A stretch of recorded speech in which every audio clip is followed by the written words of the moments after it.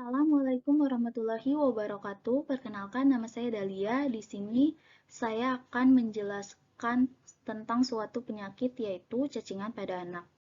Nah, cacingan pada anak itu apa sih? Cacingan merupakan kondisi infeksi cacing dalam usus manusia. Ada beberapa jenis cacingan yang dapat menyebabkan kondisi cacingan, mulai dari cacing pita, cacing tambang, cacing kremi, hingga cacing gelang. Contoh cacingan yang dikenal dapat menginfeksi manusia yaitu cacing pita. Cacing ini bisa bertumbuh dalam tubuh manusia selama 30 tahun hingga mencapai ukuran 15 cm. Nah, ini ada gambarnya. Nah, berikutnya ini beberapa gejala cacingan yang perlu diketahui. Anak mengalami gangguan tidur pada malam hari. Anak mengeluhkan rasa tidak nyaman pada area anus maupun kelamin. Penghidap cacing terkadang akan merasa mual. Penyebab cacingan pada anak, cacingan dapat terjadi ketika anak tidak sengaja menelan atau menghirup telur cacing. Telur cacing memiliki ukuran yang sangat kecil sehingga sulit dilihat mata secara langsung. Telur cacing dapat masuk melalui makanan, minuman, atau tangan yang menyentuh area hidung maupun mulut. Setelah terkontaminasi telur cacing dapat bertahan hidup di permukaan selama 2-3 minggu. Selain anak-anak, orang yang tinggal di daerah padat dan kotor juga beresiko tinggi mengalami penyakit cacingan.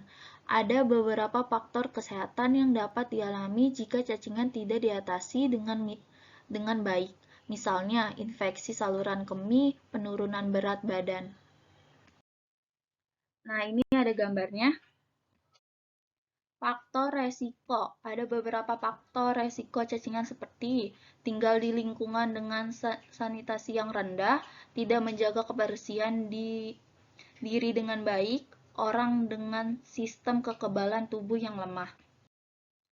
Pencegahan cacingan pada anak. Ada beberapa pemeriksaan yang bisa dilakukan untuk mendiagnosis cacingan.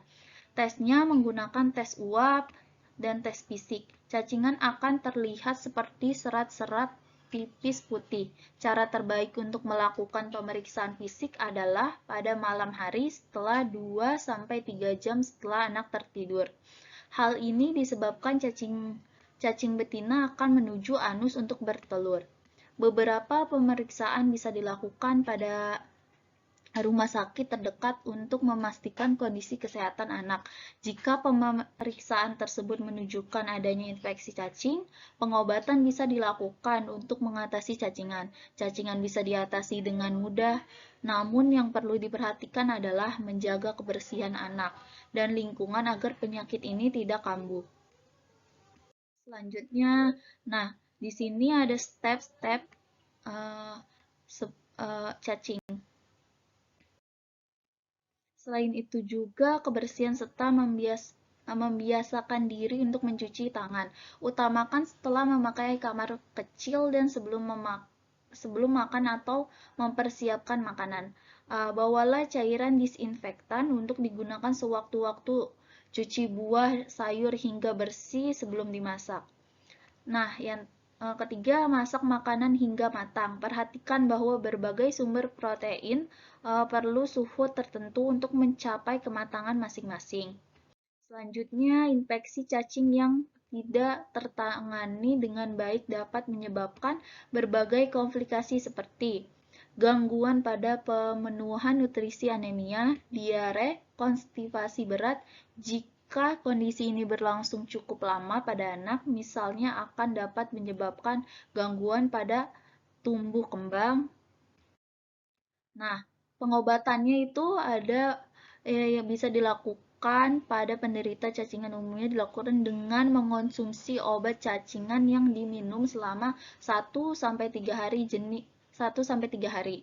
Jenis obat cacingan tergantung pada jenis parasit yang menginfeksi seperti albendazole, methbendazole, dan pirantel.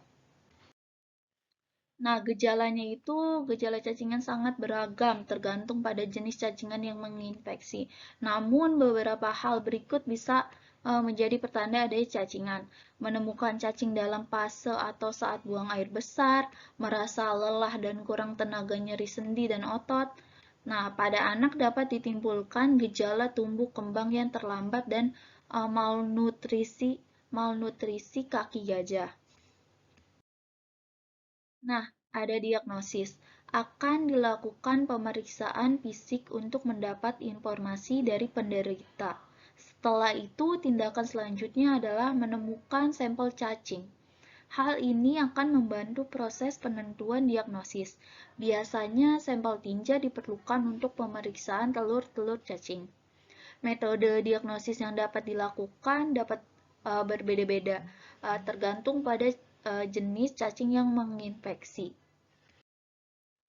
Nah, ini ada gambarnya. Sekian dari saya, kurang lebihnya mohon maaf. Wassalamualaikum warahmatullahi wabarakatuh.